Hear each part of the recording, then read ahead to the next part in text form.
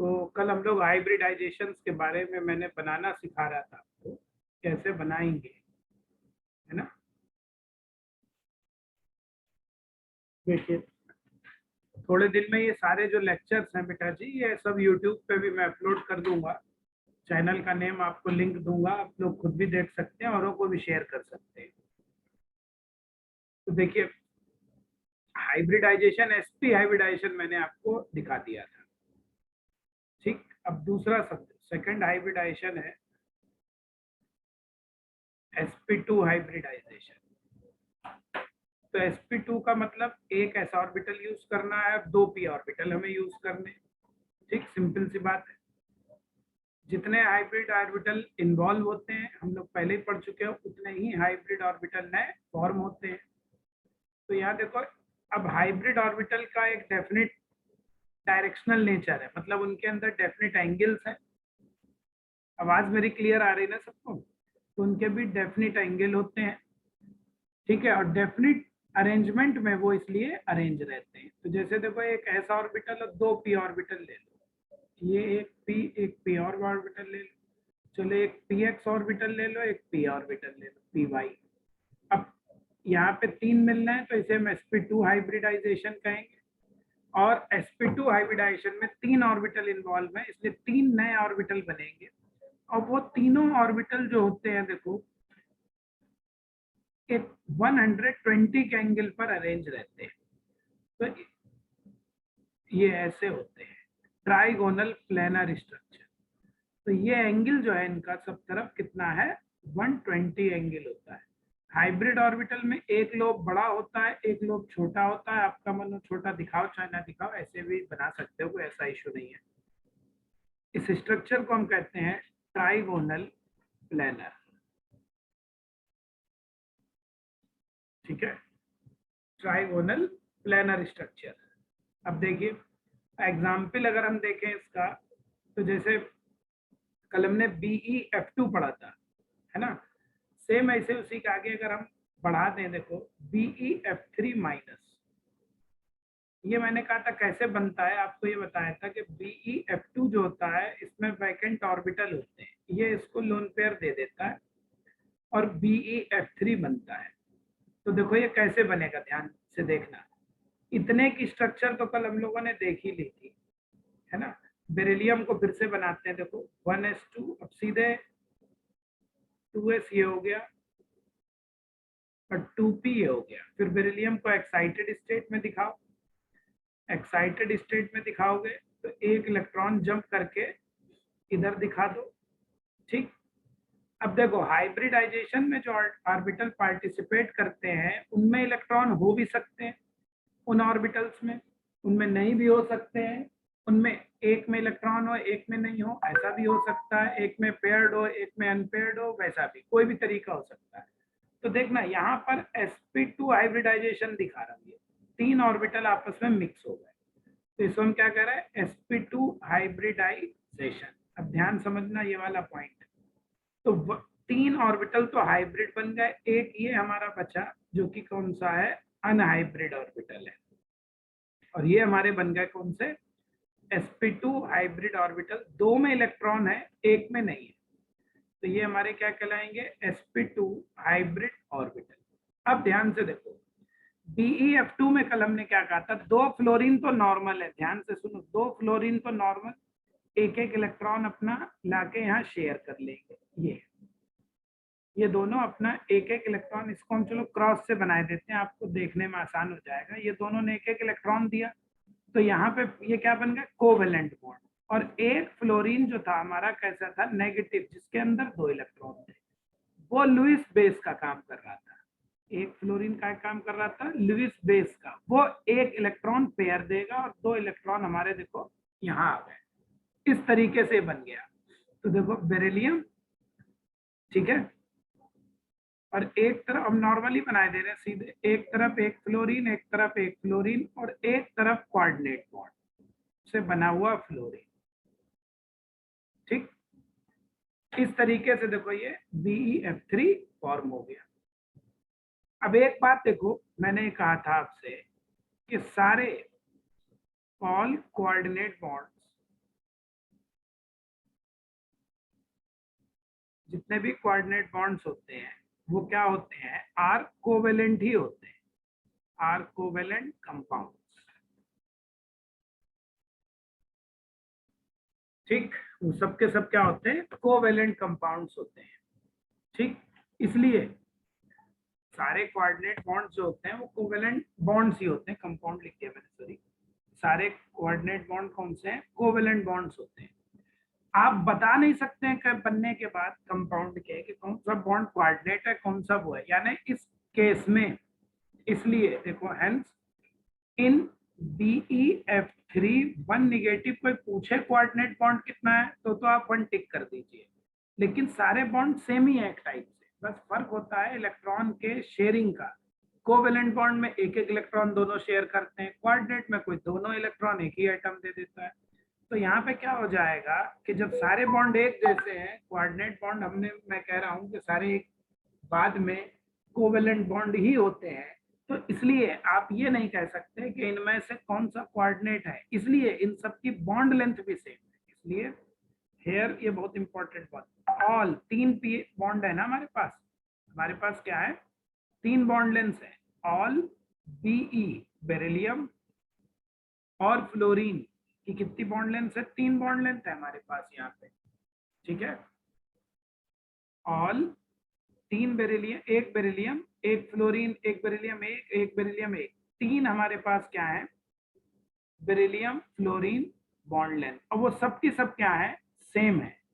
इसलिए आप ये नहीं बता पाओगे कि कौन सा बॉन्ड इसमें कोऑर्डिनेट है, कौन सा कोवेलेंट है। बस आप इतना कह सकते हो कि जब BeF3 वन नेगेटिव बना होगा, एट दैट टाइम उसमें दो बॉन्ड जो हमारे बने होंगे वो हमारे कोवेलेंट शेयरिंग से बने होंगे, एक एक इलेक्ट्रॉन की, और एक कोऑर्डिनेट माने एक दो इलेक्ट्रॉन की शेयरिंग से बना होगा। इतनी बात समझ में आई? इसीलिए मैं एग्जाम्पल वही वाला लिया है, आप तो बहुत सारे बना सकते हो, ग्रेजुएशन इंटर में आपने 12th में बहुत सारे पढ़े होंगे, मैं उस पर फोकस कर रहा हूँ कि और चीजें आप सीख जाओ एग्जाम के लिए। थर्ड देखो, जैसे है sp3 हाइब्रिडाइजेशन, इसमें होमवर्क में आप जो है sp2 का एक एग्जाम्पल होता है BF3, इसका आप खुद बनाना,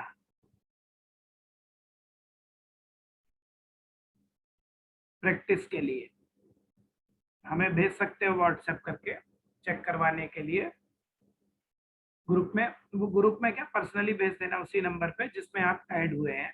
sp3 हाइब्रिडाइजेशन में क्या होगा, देखो एक s ऑर्बिटल और अब के तीनों p ऑर्बिटल, px भी ले लो, py को चलो ऐसे बना दो, और pz आपका चलो z एक्सिस को ऐसे मान लो। अब चार ऑर्बिटल मिले हैं तो चार नए हाइब्रिड ऑर्बिटल बनेंगे, इनके बीच एंगल फिक्स होगा, और वो एंगल के हिसाब से इसकी जो ज्योमेट्री बन जाएगी वो हो जाएगी टेट्राहेड्रल। तो इसका मतलब देखो, यहाँ पे चार ऑर्बिटल, एक ऑर्बिटल तो आप दिखा दो यहाँ पे, एक एक ऑर्बिटल यहाँ दिखा दो, दो पिरामिड होता है, पिरामिड के चार कॉर्नर पे होते हैं, उस दिन बता चुके हैं आपको ये बात, पिरामिड के चार कॉर्नर पे होते हैं। ठीक है,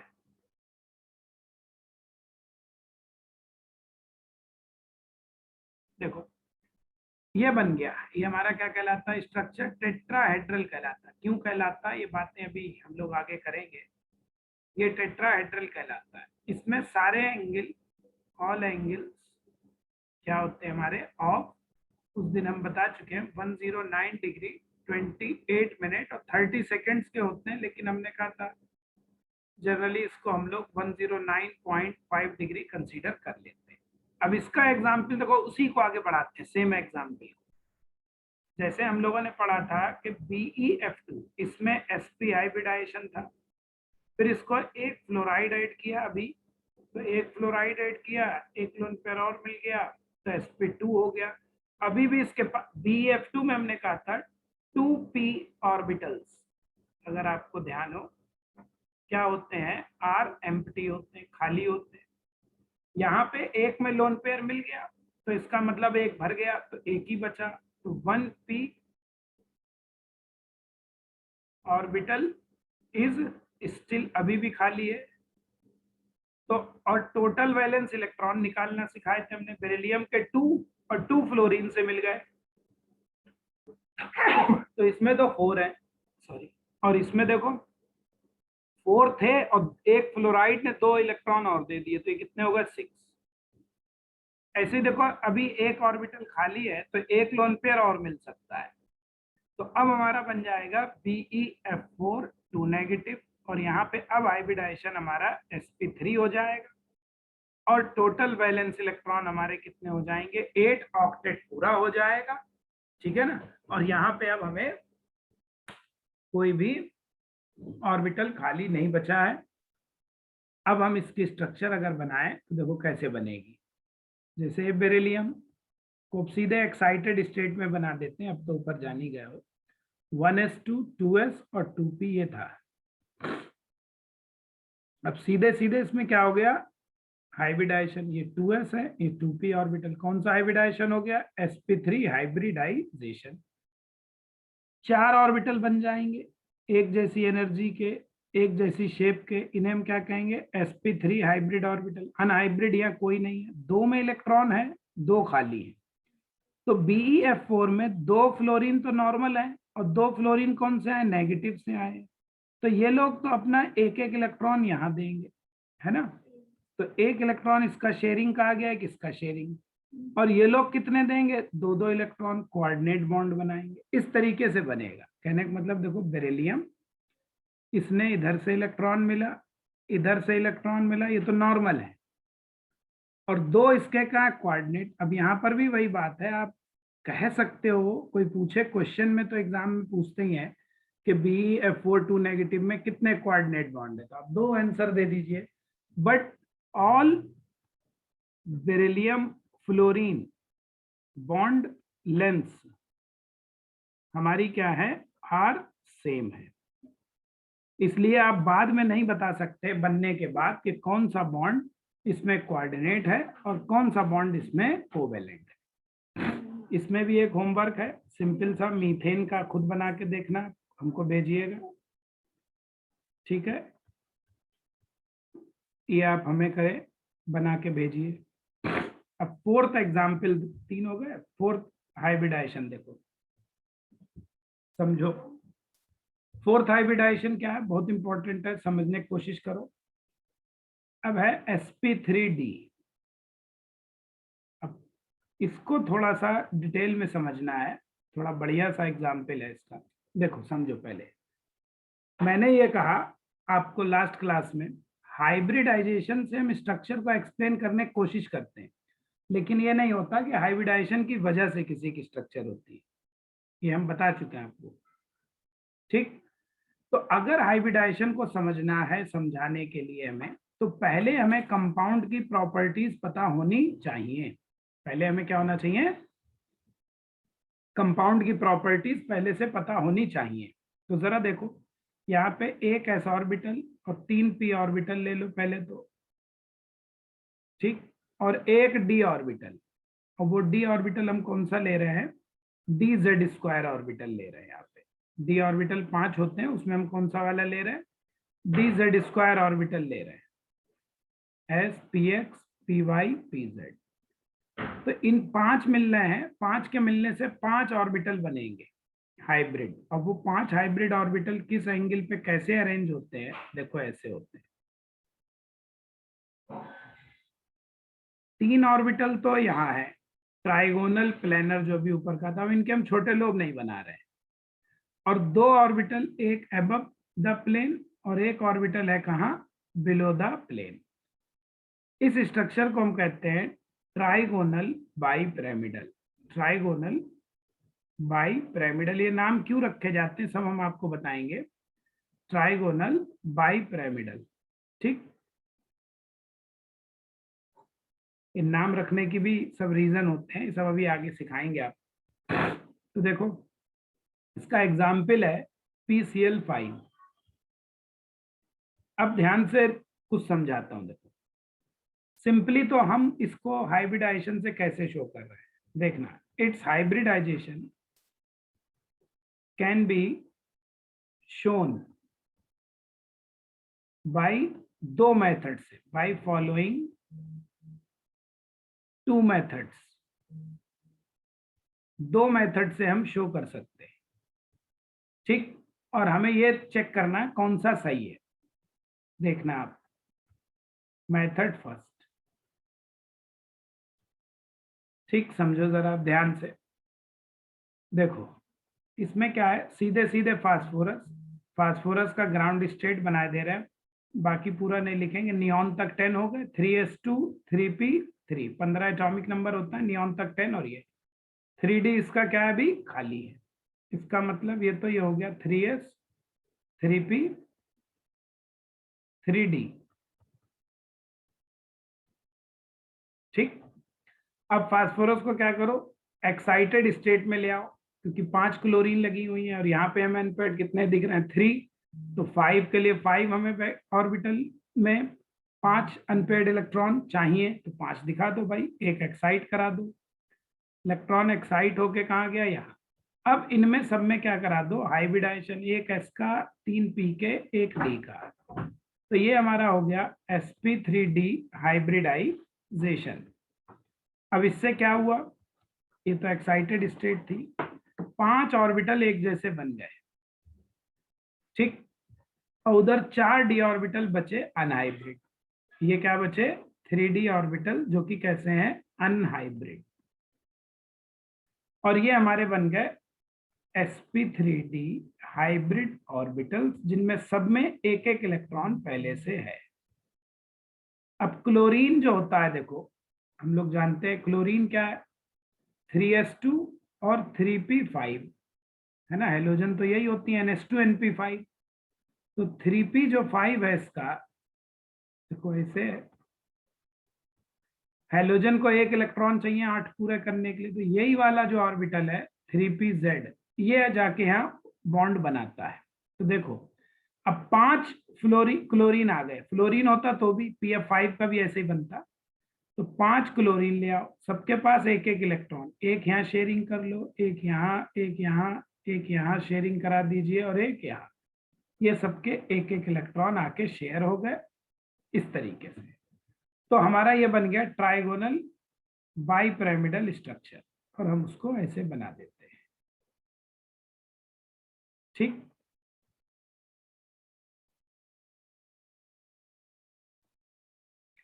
ये बन गया स्ट्रक्चर ट्राइगोनल बाइपिरामिडल।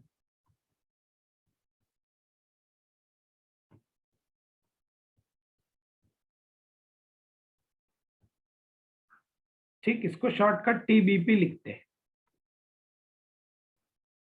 ठीक है, अब समझने वाली कुछ बात है। मैंने कहा दो मेथड है, ये मैंने एक मेथड बताया है, अब दूसरा मेथड इसी के पैरेलल बताऊंगा और कुछ बात बताऊंगा, तब आपके समझ में आएगा मैं क्या कहना चाहता हूं, समझो।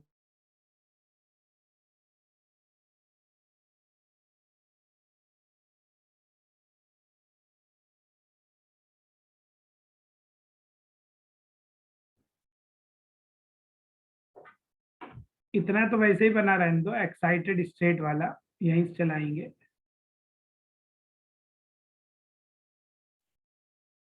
देखो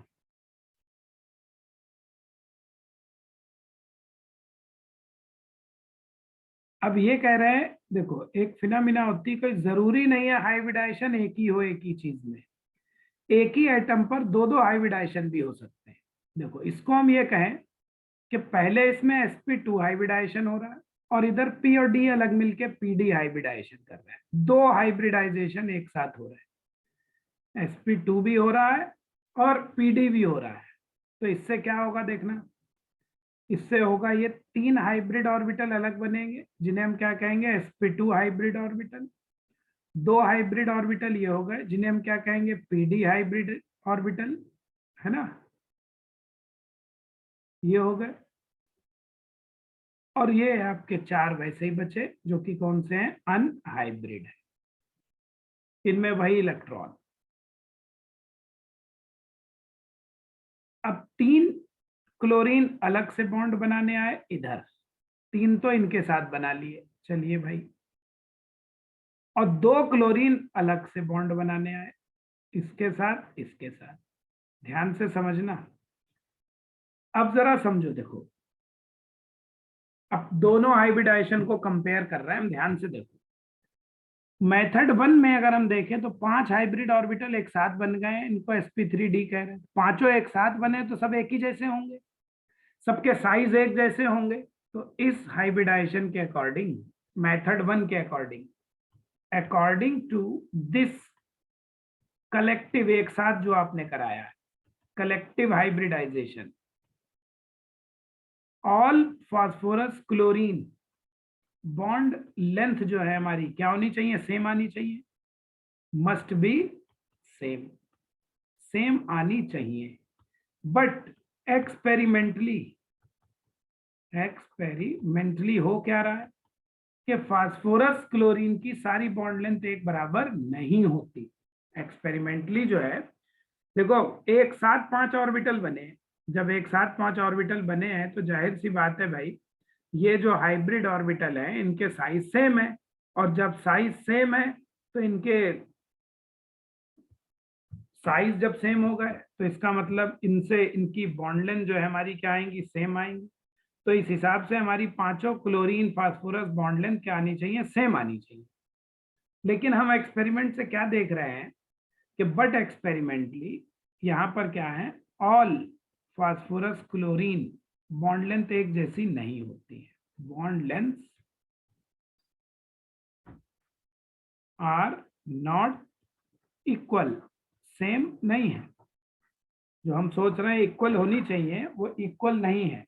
तो फिर क्या है, देखो समझो जरा।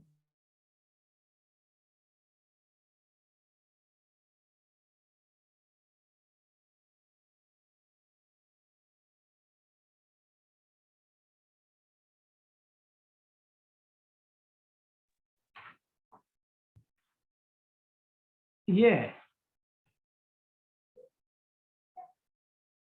देखो ऐसे है। होता क्या एक्चुअली यहाँ पे समझना थोड़ा सा, ये जो PCl5 है इसमें हम जो स्ट्रक्चर्स की बात कर रहे हैं यहाँ पे, ध्यान से देखो क्या कह रहा हूं मैं, ध्यान से समझना। ये जो हमारा बॉन्ड है ये वाला, इसको हम एक्सियल बॉन्ड कहते हैं PCl5 में। इसको हम क्या कहते हैं, एक्सियल बॉन्ड कहते हैं, ठीक। और ये भी वही एक्सियल है, ऊपर नीचे वाले ये बॉन्ड क्या कहलाते हैं, एक्सियल बॉन्ड कहलाते हैं। एक दिन वीडियो ऑन करके आपको सब मैं दिखाऊंगा अभी स्ट्रक्चर। और ये वाले बॉन्ड जो हैं इक्वेटोरियल कहलाते हैं, इक्वेटोरियल बॉन्ड। 3 इक्वेटोरियल हो गए और 2 एक्सियल। और देखो दोनों की बॉन्ड लेंथ अलग आती है। एक्सियल बॉन्ड जो होता है 202 पिकोमीटर, पिकोमीटर में बॉन्ड लेंथ को मेजर करते हैं, यूनिट है उसकी। एक्सियल बॉन्ड जो है हमारे, उल्टा लिख दिया मैंने, इक्वेटोरियल 202 होते हैं, और एक्सियल बॉन्ड जो होते हैं 214 पिकोमीटर, 214 पिकोमीटर। बेटा ये थोड़ा सही कर ले, ठीक। तो इसका मतलब इक्वेटोरियल बॉन्ड जो है वो छोटे होते हैं और एक्सियल बॉन्ड क्या है, बड़े हैं। हमारी स्ट्रक्चर क्या दिख रही है कि प्रैक्टिकली हम ये देख रहे हैं कि PCl5 में सारे बॉन्ड लेंथ एक बराबर नहीं है। PCl5 में सारे बॉन्ड लेंथ एक बराबर नहीं हम देख पा रहे हैं। एक्सियल बॉन्ड लेंथ हमारी अलग दिखाई दे रही है, इक्वेटोरियल अलग दिखाई दे रही है। एक्सियल वाली हमारी क्या है, लंबी बॉन्ड लेंथ है, 214 पिकोमीटर है। और जो इक्वेटोरियल वाली बॉन्ड लेंथ है वो हमारी छोटी बॉन्ड लेंथ है, वो हमारी कम आ रही है। तो और जबकि हाइब्रिडाइजेशन जो हम ऊपर बना रहे हैं यार, उससे तो ये लग रहा है कि सारी बॉन्ड लेंथ क्या होनी चाहिए थी, सेम होनी चाहिए। तो यहाँ पे सेम नहीं आ रहा है, ये एक नई प्रॉब्लम।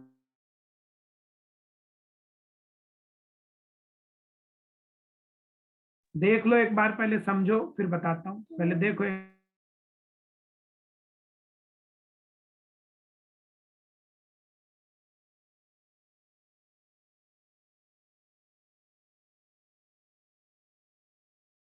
इतना समझ में आया? तो इसलिए ये जो पहले वाला तरीका है हाइब्रिडाइजेशन का, hence method first, hence method first जो है इज नॉट गुड, ये मेथड सही नहीं लग रहा है। ठीक, तो अब देखो सेकंड मेथड क्या कहता है। सेकंड मेथड क्या कहता है, एक साइंटिस्ट था बेंट, एक्चुअली बेंट रूल भी आगे हम लोग पढ़ेंगे। तो बेंट ने ये कहा कि जरूरी नहीं आप हाइब्रिडाइजेशन एक साथ करें। अकॉर्डिंग टू बेंट क्या होता है कि समटाइम्स इट इज बेटर, ये ज्यादा अच्छा है, टू टॉक अबाउट, आप बात करें, talk about group hybridisation. Group hybridisation, group hybridisation का मतलब है एक साथ दो तरीके के हाइब्रिडाइजेशन की एक ही आइटम में बात करें, तो ये फिनोमिना कहलाती है ग्रुप हाइब्रिडाइजेशन। माने कहने का मतलब two types of hybridization on same atom at same time, एक ही समय में दो हाइब्रिडाइजेशन। तो हमने फास्फोरस पे दो दिखा दिए, PCl2, एक हमने बनाया sp2 और एक बनाया हमने pd। तो देखो sp2 की स्ट्रक्चर क्या आई, sp2 कैसा होता है, ट्राइगोनल प्लेनर, तो ये आ जाएगा इस हिसाब से। देखो सारे एंगल भी सेम है, सारे बॉन्ड सेम है। और दूसरा हाइब्रिडाइजेशन हम कह रहे हैं पीडी, पीडी हमारा हो गया ये, समझो दो इधर।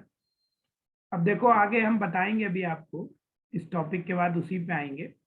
इसमें एस है, sp2 में एस होने का मतलब इसमें एस करेक्टर है, एस करेक्टर होगा तो बॉन्ड लेंथ छोटा होगा, और इस पीडी में तो एस है ही नहीं, तो इसका मतलब इसमें बॉन्ड लेंथ क्या होगा, लंबा है।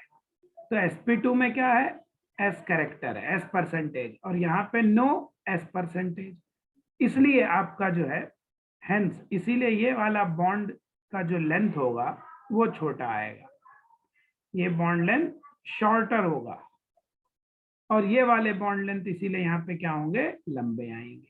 तो बस देखो एक साथ मत हाइब्रिडाइजेशन मानो, हालांकि ज्यादातर हम लोग एक साथ ही पढ़ते चले आ रहे होंगे बचपन से, ज्यादातर बच्चे जो नहीं पढ़े हैं वो आज जान लें कि इसलिए तुमको क्या लग रहा है, ये वाला मेथड हमें ज्यादा सही लग रहा है। यहां से ये वो वाला हमारा एक्सप्लेन भी हो रहा है, 214 पिकोमीटर, और ये हमारा कितना 202 पिकोमीटर है। तो इससे हमें क्लियर पता चल रहा है कि हाइब्रिडाइजेशन कभी कभी तोड़ के दिखाना ज्यादा बेटर होता है ना। Hence in PCl5 it is better, ये ज्यादा सही है, it is better to talk about, किसके बारे में, कि हम ये कहें इसमें sp2 प्लस pd हाइब्रिडाइजेशन हो रहा है, हालांकि दोनों को जोड़कर देखोगे तो sp3d ही है ना। एक साथ कहने से अच्छा है, रहेगा भाई sp3d, लेकिन उसको अलग अलग कह लो तो ज्यादा अच्छा है। तो ऑप्शन एग्जाम में डिपेंड करता है, अगर सीधे sp3d दिया हो तो सीधे sp3d टिक कर दीजिए, और सीधे sp3d ना दिया हो, sp2 प्लस pd दिया हो तो sp2 प्लस pd वाला टिक करना है आंसर एग्जाम में। वैसे ज्यादातर sp3d दिया होता है, नीट और जेई में तो सेम ही रहता है, sp3d ही देते हैं। जेई में थोड़ा सा हो सकता है कभी sp2 प्लस pd दे दे, इसलिए मैंने ये वाला भी आपको कंसेप्ट बता दिया है। ठीक है, ज्यादातर लोग जो है sp3d ही पढ़ाते हैं, जबकि ये बिल्कुल गलत है। एग्जाम्स में भी देखो बहुत सारी चीजें एक्चुअली होता है ना गलत आती हैं, वो एक्चुअली इसलिए कि आपका लेवल कम होता है, तो उसी हिसाब से बताते हैं। लेकिन sp2 प्लस pd बेटर है, ये ज्यादा सही है अप्रोच। तो ठीक है, क्यों, अभी इसमें हम और चीजें बताएंगे आपको, तब आपको लगेगा हाँ यही सही है। अभी तो फिलहाल लग ही रहा होगा बॉन्ड लेंथ के अकॉर्डिंग, बॉन्ड एंगल को भी हम इसी में एक्सप्लेन कर सकते हैं। तो ये है, देखो अब लिख दो यहाँ पे एक बार स्ट्रक्चर पूरी।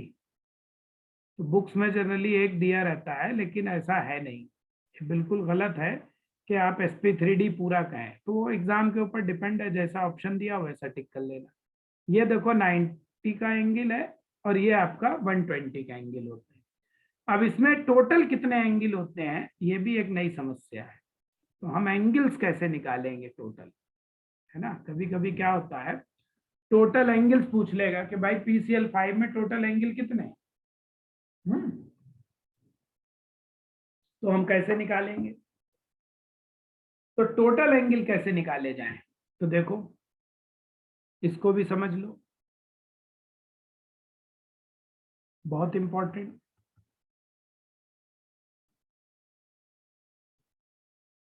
Number of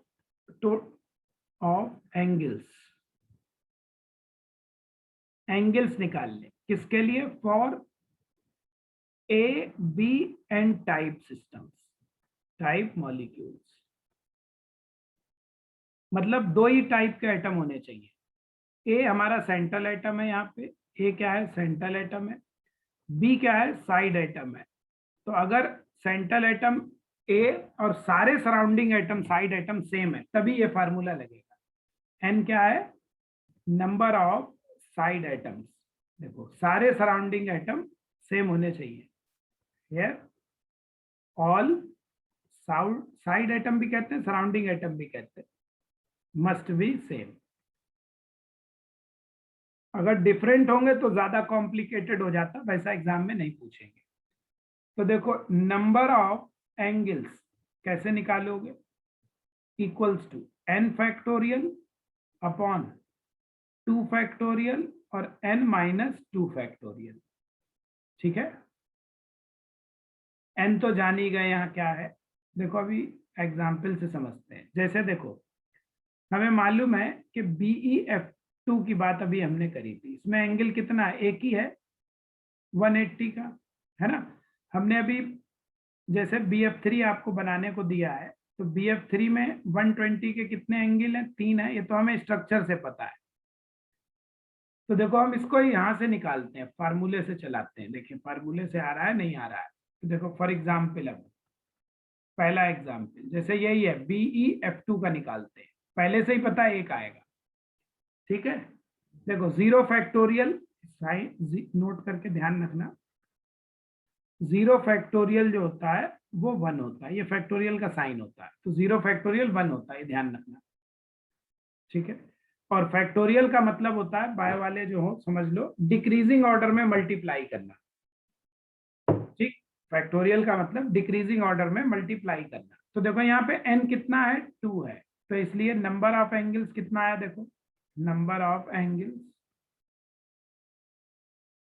2 factorial upon 2 factorial upon 2 minus 2 factorial.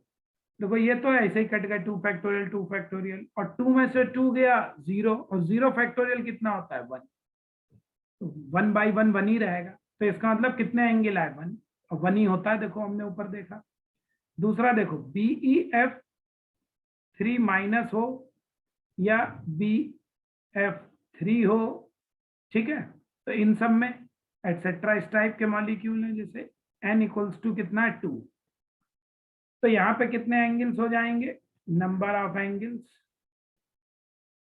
देखो कितने हुए, n फैक्टोरियल माने 2 फैक्ट, अब यहाँ पे कितने साइड आइटम 3 है, सॉरी 2 नहीं 3, तो 3 फैक्टोरियल अपॉन 2 फैक्टोरियल और 3 माइनस 2 फैक्टोरियल। बेटा 3 फैक्टोरियल का मतलब है मल्टीप्लाई करो डिक्रीजिंग ऑर्डर में, 3 इंटू 2 इंटू 1, ठीक, और 2 फैक्टोरियल को नीचे लिख दो 2 इंटू 1, और 3 में से 2 गया तो क्या बचेगा 1, 1 फैक्टोरियल तो 1 ही रहेगा। अब सॉल्व कर लो, देखो इतना इतना कैंसिल हो गया, कितना आ गया 3, तो 3 ही एंगल तो थे देखो 120 वाले, 3 आ गया। देखो फोर्थ देख, थर्ड एग्जाम्पल देखो, मीथेन की बात करते हैं, एन कितना है यहाँ पे 4। अब देखो मीथेन में क्या गड़बड़ दिखता है लोगों को, उस दिन हम कह रहे थे ना एंगल, जैसे आपसे पूछे मीथेन का एंगल कितना 109 लगभग, तो ये 109 के कितने एंगल दिख रहे हैं, 0.5 चलो रहने दो, ऐसे लिख दो रफली, तो ऐसे लग रहा होगा 4 दिख रहे हैं।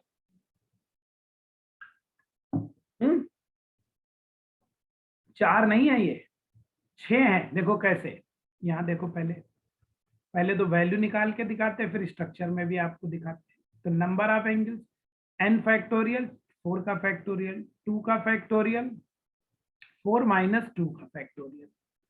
4 फैक्टोरियल का मतलब decreasing order, 4 into 3 into 2 into 1, decreasing order multiply, 2 को भी डिक्रीजिंग ऑर्डर 2 इंटू 1 ही होगा, अंदर भी 2 बचेगा, तो ये 2 माइनस 2 इंटू 1 काट लो भाई, ये कैंसिल हो गया, 2 2 जा 4 हो गया, 2 3 जा 6। ओहो, इसका मतलब 6 एंगल है। दिख कितने रहे हैं आपको? 4 लग रहे हैं। अब मैं आपको 6 दिखाता हूँ, देखो कैसे। अब ध्यान से देखो, 6 एंगल मैं आपको दिखाता हूँ। जनरली यहाँ ऐसे नहीं दिखते हैं, ऐसे तो लग रहा है 4 ही दिख रहे होंगे। ऐसा करो, इसको हाइड्रोजन नंबर 1 मान लो, इसको 2 मान लो, इसको 3, इसको 4। अब देखो एंगल क्या है, एक तो है H1CH2 का एंगल, H1 वाले का H2 के साथ।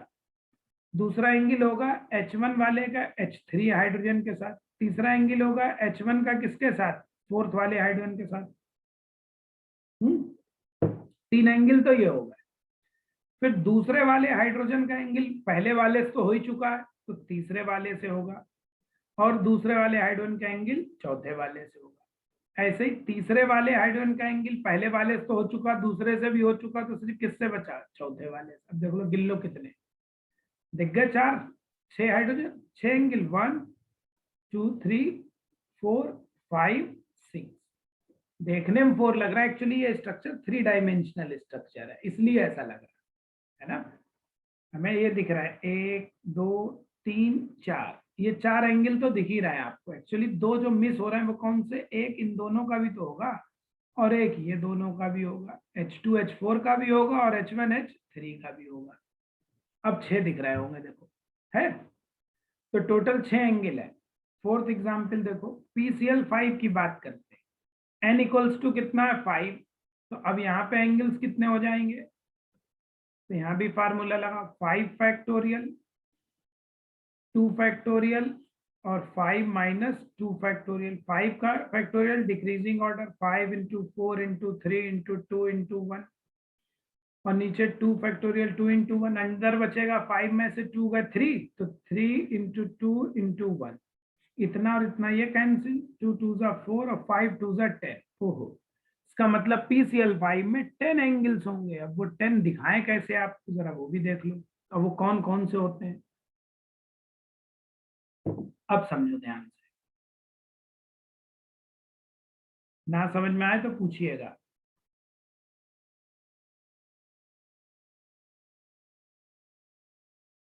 ऐसे है देखो, हमें 10 एंगल्स दिखाने हैं यहाँ पे, है ना। देखो पहले ऐसे ही समझ में आ जाए तो ठीक, नहीं फिर वीडियो से भी दिखा देंगे।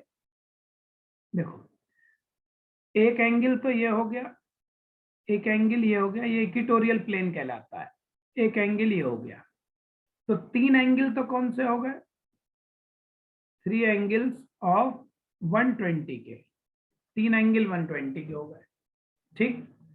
अब जरा देखो, यहां से यहां तक का ये एंगल कितना है? 180। तो 1 एंगल, एक एंगल कितने का हो गया? 1 एंगल ऑफ 180 का। 4 हो गए एंगल, आने कितने हैं? 10। तो भैया बाकी कहाँ गए? देखो अब ये नीचे वाले क्लोरीन का इस वाले के साथ ये 90 का, ऐसे ही इसका भी इसके साथ 90 का, ऐसे ही इसका भी इसके साथ किसने? 90। सेम ऐसे ही नीचे के साथ भी, इधर इधर इधर 3 ऐसे नीचे के साथ 90। तो 90 वाले कितने हैं? 6। तो 6 एंगल्स ऑफ कितने के हैं? 90 के। तो देखो टोटल करो कितने आ गए? 10 आ गए। ये समझ में आए 10 एंगल? नहीं आए सबके? ये बताओ पहले, ये 10 एंगल समझ में आए?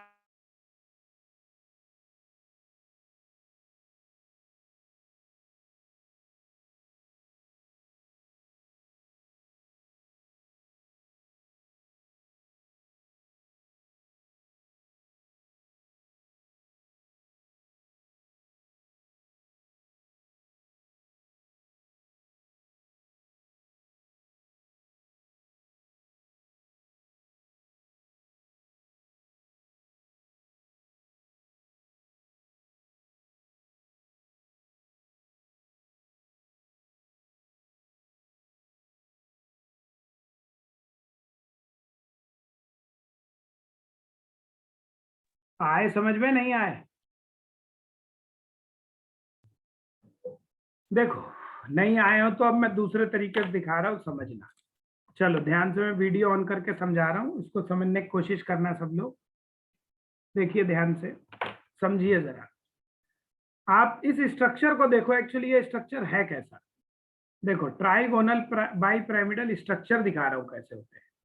देखो तीन ये दिख रहा है, ये तीन एक प्लेन में होते हैं, एक ऊपर की तरफ होता है और एक हमारा कहाँ होता है, नीचे की तरफ होता है। ऐसे होता है ये स्ट्रक्चर, तीन, एक ऊपर एक नीचे, तीन बीच में प्लेन में, ऐसे है स्ट्रक्चर बेटा। अब देखो ये एंगल सब 120 के हैं और ये ऊपर वाला 90, एक ऐसे इधर से 90 और एक इधर से 90, तीन ऊपर 90 और उल्टा कर लो तो तीन देखो नीचे भी दिख रहा है। तो टोटल 90 वाले कितने हो गए, 6, और 6 90 वाले हो गए, और तीन ये कौन से हैं, 120। देखो ये 120 है तीनों। तो टोटल आपके 10 एंगल इस तरीके से हैं। बताओ इतनी बात सबको समझ में आई या नहीं आई? अब समझ में आया सबको? अभी भी नहीं आया?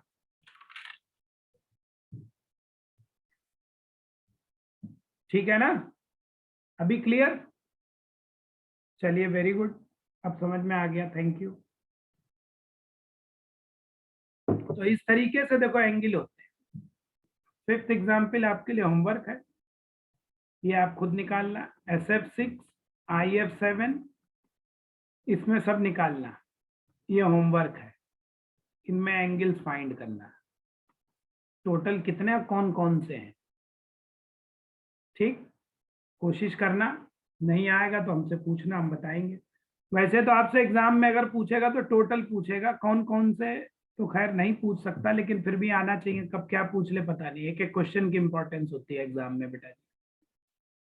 तो ये एंगल निकालना हमने सिखा दिया। जब एटम सराउंडिंग सेम हो तभी ये फार्मूला चलेगा, अगर अलग होंगे तो फिर दूसरा फार्मूला होता है, लेकिन वो फिर बहुत कॉम्प्लिकेट होता है, तो उतना कॉम्प्लिकेटेड आपके सिलेबस से मतलब नहीं है, इसलिए उसको बताने को मतलब भी नहीं है। ठीक, चलो नेक्स्ट आगे बढ़ते हैं। फिफ्थ है एग्जाम्पल, कौन सा, sp3d2 हाइब्रिडाइजेशन। ठीक, ये है जैसे एग्जाम्पल इसका SF6 लेते हैं। अब इसमें क्या करते हैं, एक s ऑर्बिटल, एक और वही 3p ऑर्बिटल, ध्यान से समझो, 2d ऑर्बिटल लेते हैं। वो 2d कौन से लेते हैं, एक d इसमें लेते हैं dx2y2, ये वाला, ये फिक्स है कौन से किस में लेते हैं, और एक लेते हैं dz2 वाला। यही क्वेश्चन पूछते हैं कौन से इसमें यूज किए जाते हैं, ये सब आए हुए क्वेश्चन है। 6 ऑर्बिटल मिक्स हो रहे हैं, 6 नए बनेंगे। वो 6 कैसे बनेंगे, देखो ऐसे स्क्वायर बनाओ एक पहले, और इस स्क्वायर पे ऊपर नीचे पिरामिड बना दो, है ना, ऊपर नीचे क्या पिरामिड बना दो, ये ऐसे स्क्वायर का पिरामिड। तो इसे हम कहेंगे पिरामिड। कैसे बनेगा, ऊपर सबको जोड़ दो, ऐसे देखो जोड़ दो, ये पिरामिड बन जाएगा, है ना। तो ये स्ट्रक्चर कहलाए, देखो एक पिरामिड ऊपर खड़ा हुआ दिख रहा है, एक ऐसे नीचे खड़ा हुआ दिखा दो, ये चारों कोनों से, तो इसे हम कहते हैं स्क्वायर बाई पिरामिडल। क्या कहते हैं, इस स्ट्रक्चर को स्क्वायर बाई पिरामिडल, या इसी को कहते हैं ऑक्टाहेड्रल। ठीक, या इसी का दूसरा नाम क्या, ऑक्टाहेड्रल। सिंपली इसको OH से लिखते हैं, टेट्राहेड्रल को TH से लिखते हैं, जो ऊपर बना था। ये होता है 6 कोने जो दिख रहे हैं, उन 6 कोनों पे 6 ऑर्बिटल यहाँ दिखा दो, वही स्ट्रक्चर है इसकी।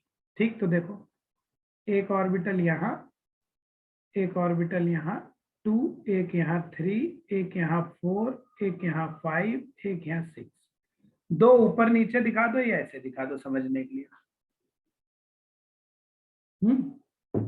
एग्जाम्पल इसका SF6, SF6 खुद बना सकते हो, कोई दिक्कत नहीं है।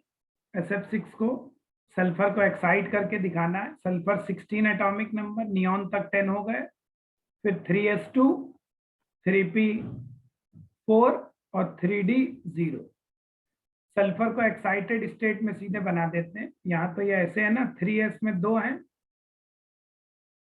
3p में 4 हैं, और 3d में इसके कोई नहीं है। तो अब सल्फर को एक्साइटेड दिखाओ, वो भी कितना, सेकंड एक्साइटेड। फर्स्ट सेकंड कैसे होता है कल हम सिखा चुके हैं, सेकंड एक्साइटेड स्टेट। तो क्या हुआ बेटा जी, ऐसे 2 इलेक्ट्रॉन जंप करा दो, एक p का इधर ले आओ, है ना, और एक s का, दो आ गए यहाँ, ये हो गए, और इनमें फिर हाइब्रिडाइजेशन करा लीजिए। तो ये कौन सा हाइब्रिडाइजेशन हो गया, एक s का इन्वॉल्व हो रहा है, 3 p के हो रहे हैं, 2 d के, तो इसे हम कहेंगे sp3d2 हाइब्रिडाइजेशन। ठीक है,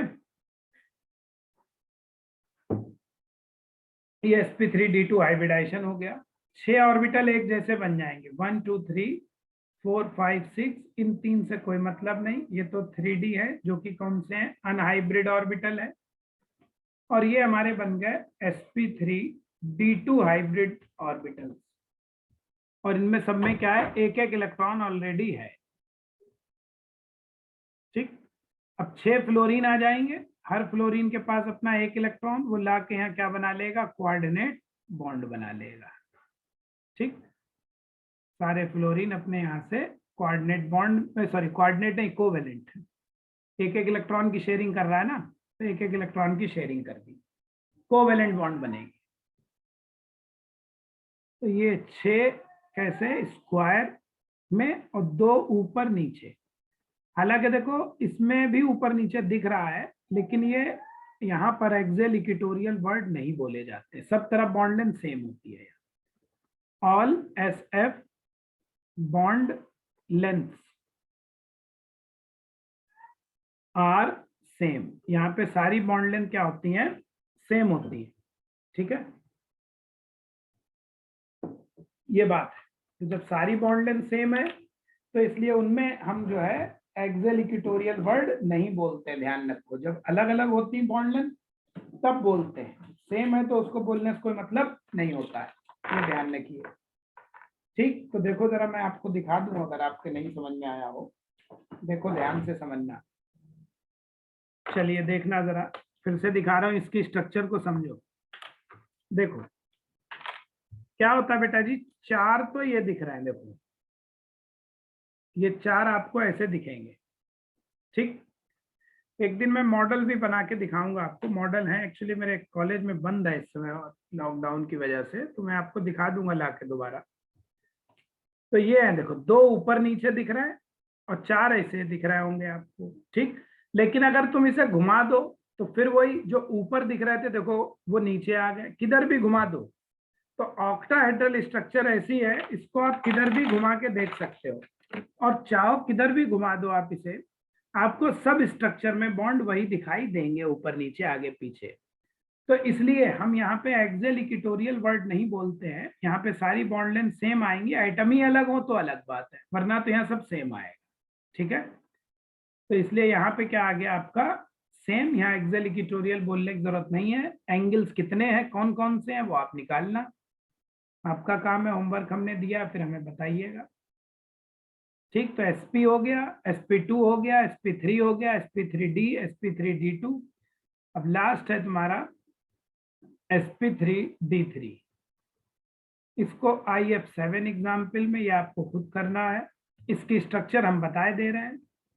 इसका स्ट्रक्चर में कौन कौन से, एक s ऑर्बिटल, 3p वही ले लो, और 3d ऑर्बिटल लेने।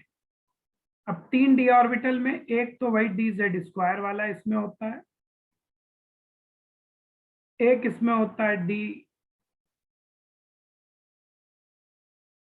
dx²y² वाला, और एक होता है, इसको बल्कि ऐसे लिख लो, dx²y² एक्सिस में दिखेगा आपको, वैसे तो कोई किसी को लिख दो, उससे कोई फर्क नहीं, लेकिन कोई कहे कि ऐसा दिख रहा है तो मैं चलो इसको बदल देता हूं। देखो ये हमारे 5 ऑर्बिटल, ठीक है, तो ये हमारा हो गया dxy ऑर्बिटल, ऐसे हैं।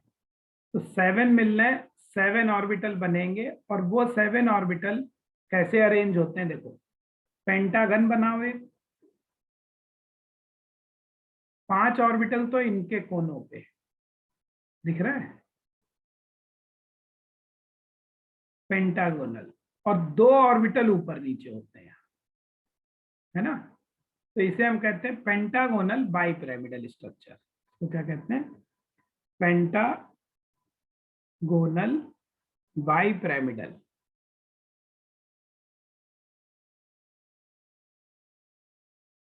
ठीक, इसको शॉर्टकट PBP लिखते हैं। सिंपली आप इसको ऐसे बना दो। IF7 जब बनाओगे, स्ट्रक्चर हम बनाए देते हैं, देखो हाइब्रिडाइजेशन करके खुद बना के देखना।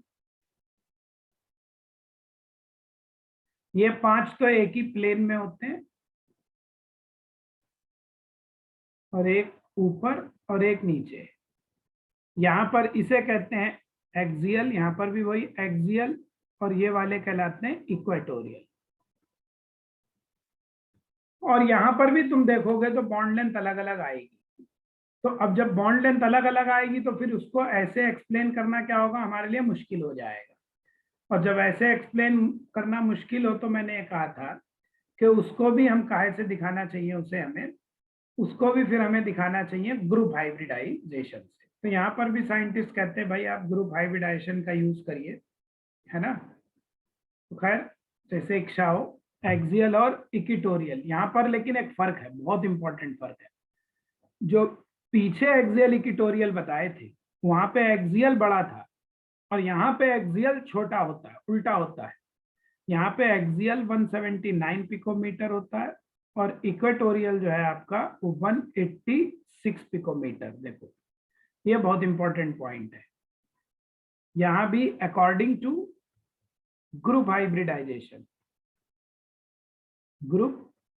हाइब्रिडाइजेशन, हम इस sp3d3 पूरे को कलेक्टिवली हम तोड़ के लिख देते हैं pd में अलग, 2 बॉन्ड के लिए pd अलग, बाकी जितना बचा वो लिख दो। तो sp2d2 अलग। तो कहते हैं इसमें 2 हाइब्रिडाइजेशन है, sp2d2 प्लस pd, या पूरा कह लो sp3d।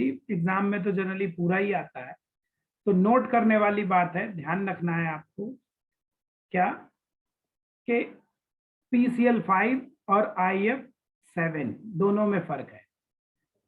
PCl5 और IF7 में यहाँ पे फास्फोरस क्लोरीन की जो एक्सियल बॉन्ड थी, एक्सियल बॉन्ड वो लंबी थी फास्फोरस क्लोरीन के इक्वेटोरियल बॉन्ड से, है बॉन्ड लेंथ। लेकिन IF7 में क्या आ रहा है, उल्टा आ रहा है। इसके केस में आयोडीन फ्लोरीन का एक्सियल छोटा होता है। क्यों होता है ये सब आगे जवाब जानेंगे इनके वेस्पर थ्योरी में, इसके इक्वेटोरियल से। बहुत इंपॉर्टेंट है, ध्यान रखना इसको। तो ये तुम्हारे देखो हाइब्रिडाइजेशन हम ऐसे बनाते हैं इसमें। तो ये हाइब्रिडाइजेशन बनाना मैंने आपको सिखाया। इतने में कोई डाउट किसी को नहीं समझ में आया अभी तक, वो बताओ। इतना सबके समझ में आया बेटा जी? कोई डाउट है किसी को? ठीक, चलिए और नेक्स्ट टॉपिक की तरफ बढ़ते हैं। आगे समझो अब जरा। अब देखो, ये तो हुआ हमारा हाइब्रिडाइजेशन की बातें जो हम कर रहे हैं, ठीक है।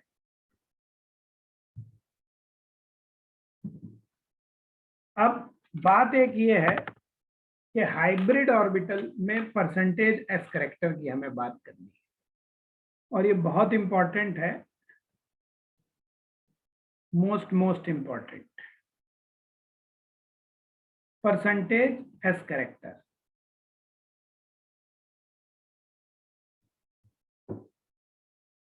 इसकी बात करनी है, एस करेक्टर की। ठीक, देखो भाई क्या कह रहे हैं इस करेक्टर में, समझो।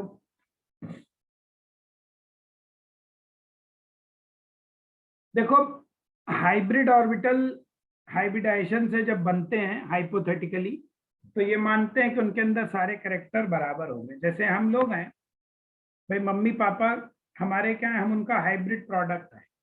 तो हमारे अंदर मम्मी का करेक्टर और पापा का करेक्टर बराबर होना चाहिए, 50-50 होना चाहिए। लेकिन हम सब लोग जानते हैं कि ऐसा होता नहीं है। पता चला कोई बच्चा मम्मी की तरह ज्यादा दिख रहा है, कोई बच्चा पापा की तरह। इसका मतलब किसी में मम्मी के करेक्टर डोमिनेट कर रहे हैं, किसी के पापा करेक्टर जीन्स डोमिनेट कर रहे हैं। ऐसे ही हाइब्रिड ऑर्बिटल में होता है कि कभी कभी होता तो यही है, होना यही चाहिए कि हाइब्रिड ऑर्बिटल में सब कैरेक्टर सबके बराबर होने चाहिए, लेकिन ये कोई कंपलसरी नहीं है। कभी कभी क्या होता है कि कैरेक्टर्स हमारे बदल जाते हैं, किसी में कोई बढ़ जाता है, किसी में कोई बढ़ जाता है। क्या मतलब है? दो पॉइंट है कि इट इज नॉट कंपलसरी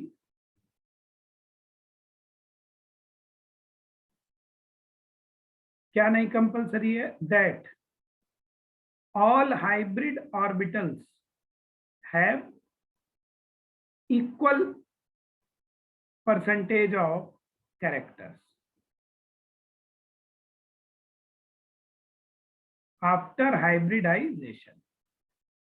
ऐसा जरूरी नहीं है, बट हाँ ये बात जरूर है, हम चलो एस और पी की ही बात करेंगे कि एस कैरेक्टर पी कैरेक्टर का सम हमेशा 100 ही होगा। सम 100 होने के लिए भाई 50-50 जरूरी नहीं है, 60-40 से भी हो सकता है, 70-30 से हो सकता है ना, 25-75 से भी हो सकता है। तो इसीलिए यहीं पे अब एक टॉपिक है नया, उस टॉपिक को हम कहते हैं हाइब्रिडाइजेशन इंडेक्स। इससे क्वेश्चन आ चुका है एग्जाम में, हाइब्रिडाइजेशन इंडेक्स।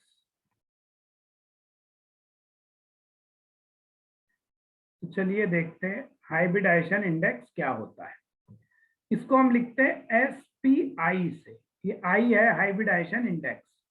तो हाइब्रिडाइजेशन इंडेक्स क्या होता है? Hybridisation index is the ratio होता है, basically ratio of S percentage and P percentage, इन दोनों का रेशियो होता है। रेशियो होना ये चाहिए कि बराबर होना चाहिए। मान लो जैसा हम सोच रहे हैं वैसा नहीं होगा, SP हाइब्रिडाइजेशन है तो 50-50 हो ये जरूरी नहीं है ना। कैसे? अभी देखते हैं, एग्जाम्पल से अभी समझते हैं। देखो, एक बहुत इंपॉर्टेंट पॉइंट जो हमने ऊपर नहीं लिखा था वो आज लिखेंगे, कि जो हाइब्रिड ऑर्बिटल होते हैं इनके बीच में हैव डेफिनिट एंगल, इनके बीच क्या होते हैं? एंगल फिक्स होते हैं।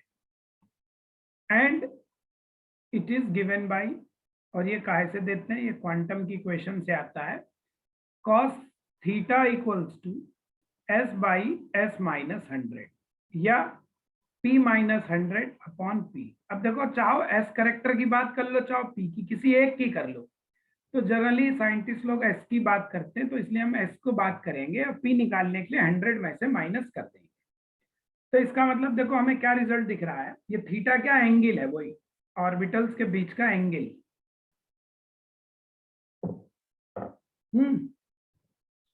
तो क्या रिजल्ट निकल रहा है कि एस करेक्टर डायरेक्टली प्रोपोर्शनल है, जितना देखो ऑर्बिटल्स के बीच में एंगल ज्यादा होगा, जितना ऑर्बिटल में एंगल ज्यादा होगा एस करेक्टर भी उतना ज्यादा होगा। सीधी सी बात है, इस फार्मूले से ये रिजल्ट निकल रहा है। ठीक, इतनी बात सबके समझ में आई या नहीं आई? तो बहुत इंपॉर्टेंट है बेटा जी ये वाला टॉपिक। यहाँ पे हम sp4 फ्रैक्शन में हाइब्रिडाइजेशन उसकी बात करेंगे। इतने में किसी को अभी तक डाउट हो तो पहले बताओ, तब फिर बात आगे बढ़ाएं।